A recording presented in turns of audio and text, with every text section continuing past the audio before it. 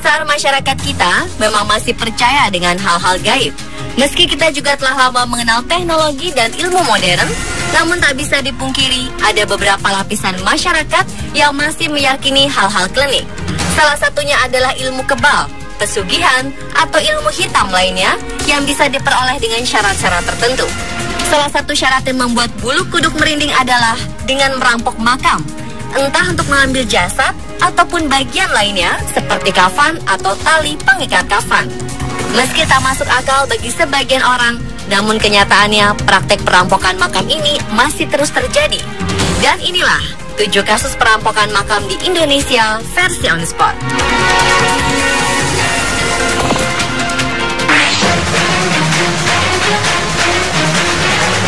Diawali dengan peristiwa perampokan makam yang terjadi di Sindang Setra, Ceneam, Tasikmalaya, Jawa Barat pada Februari silam.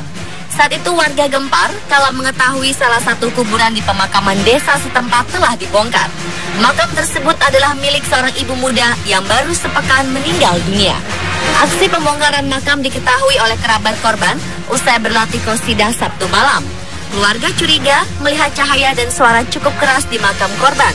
Setelah dihampiri, ternyata pelaku yang bernama Nanang tengah menggali kuburan korban. Ironisnya lagi, pelaku merupakan tetangga dekat korban yang diketahui sudah duda.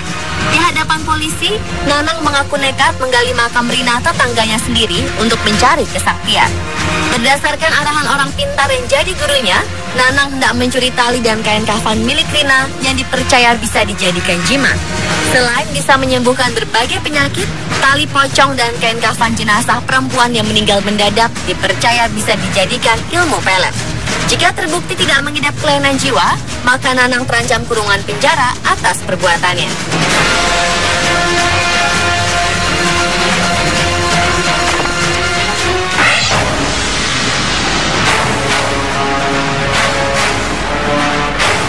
Berikutnya adalah peristiwa perampokan makam di Desa Meninjo, Kecamatan Rangyoso, Lumajang. Warga Desa Lumajang digegerkan dengan hilangnya 4 tali pocong mayat di 4 makam dan bayi berusia 1 bulan. Warga pun beramai-ramai mendatangi tempat pemakaman desa setempat. Anehnya, tali pocong yang hilang di 4 makam tersebut semuanya adalah tali pada bagian kaki. Kejadian tersebut diketahui saat salah satu warga hendak mengambil bambu di samping makam. Ia kaget melihat 5 buah makam kondisinya telah berantakan. Polisi yang mendapati laporan langsung datang untuk melakukan olah tempat kejadian perkara.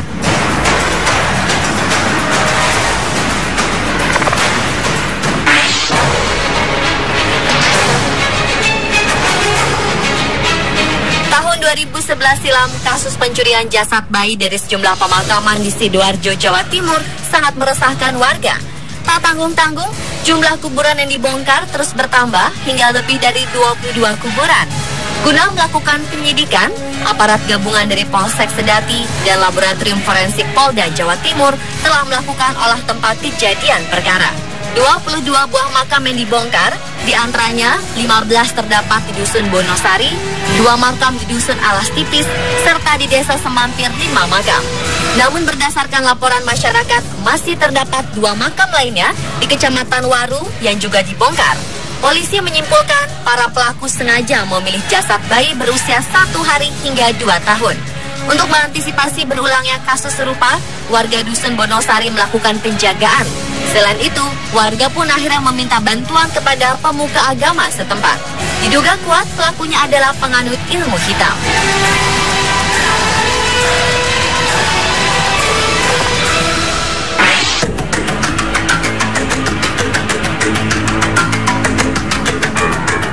Pembongkaran makam yang terjadi di tempat pemakaman umum Desa Cihuni, Kecamatan Pagendangan, Kabupaten Tangerang tahun 2014 lalu membuat geger ratusan warga. Sedikitnya 81 makam warga yang berada di tempat pemakaman umum Desa Cihuni sudah dalam kondisi terbongkar tanpa jenazah, hanya terlihat sisa kain kafan yang tertinggal di dalam lubang makam. Polisi yang mendapat laporan dari warga langsung mendatangi areal pemakaman dan melakukan olah tempat kejadian perkara. Warga sebelumnya sempat memergoki 3 orang pelaku yang tengah melakukan pembongkaran di tempat pemakaman umum Desa Cihuni. Namun saat hendak didekati, ketiga pelaku tersebut melarikan diri. Warga berharap pihak kepolisian bisa segera menangkap pelaku pembongkaran makam warga tersebut.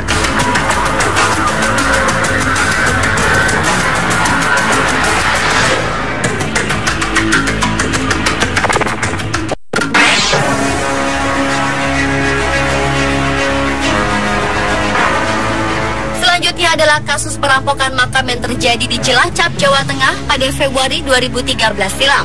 Tepatnya di pemakaman umum Sabuk Janur. 3 buah makam yang terdiri dari makam sepasang bayi kembar dan seorang gadis berusia 24 tahun telah porak-poranda. Tak hanya dibongkar, beberapa bagian dari organ tubuh jasadnya telah hilang dicuri. Pelaku dari pembongkaran 3 makam tersebut, yaitu pria bernama Resi, akhirnya berhasil ditangkap oleh polisi. Dengan alasan mendapat bisikan gaib, Resi mencuri kain kafan dan organ tubuh jasad orang yang telah meninggal dunia. Resi percaya dengan mencuri kain kafan dan sebagian tubuh orang meninggal akan membuatnya memiliki kemampuan untuk menghilang dan terbang.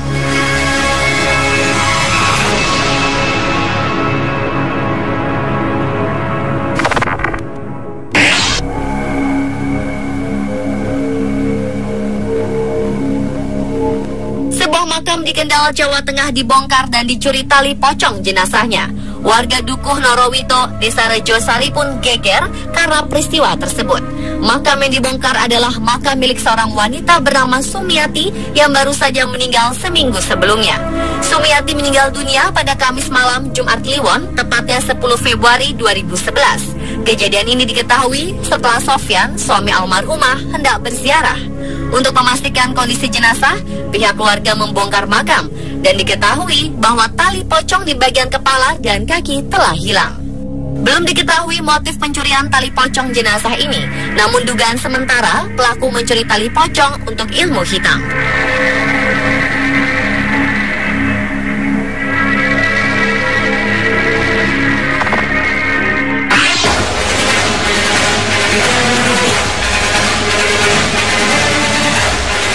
Peristiwa serupa juga terjadi pada Agustus 2010 silam.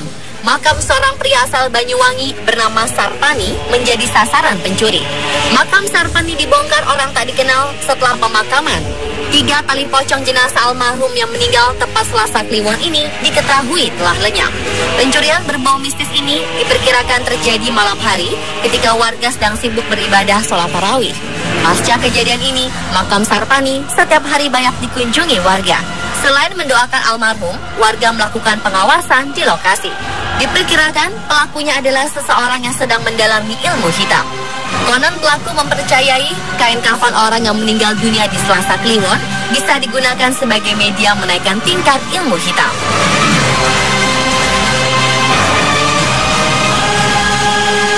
Pemirsa, itulah ke-7 kasus perampokan makam di Indonesia versi Anisport.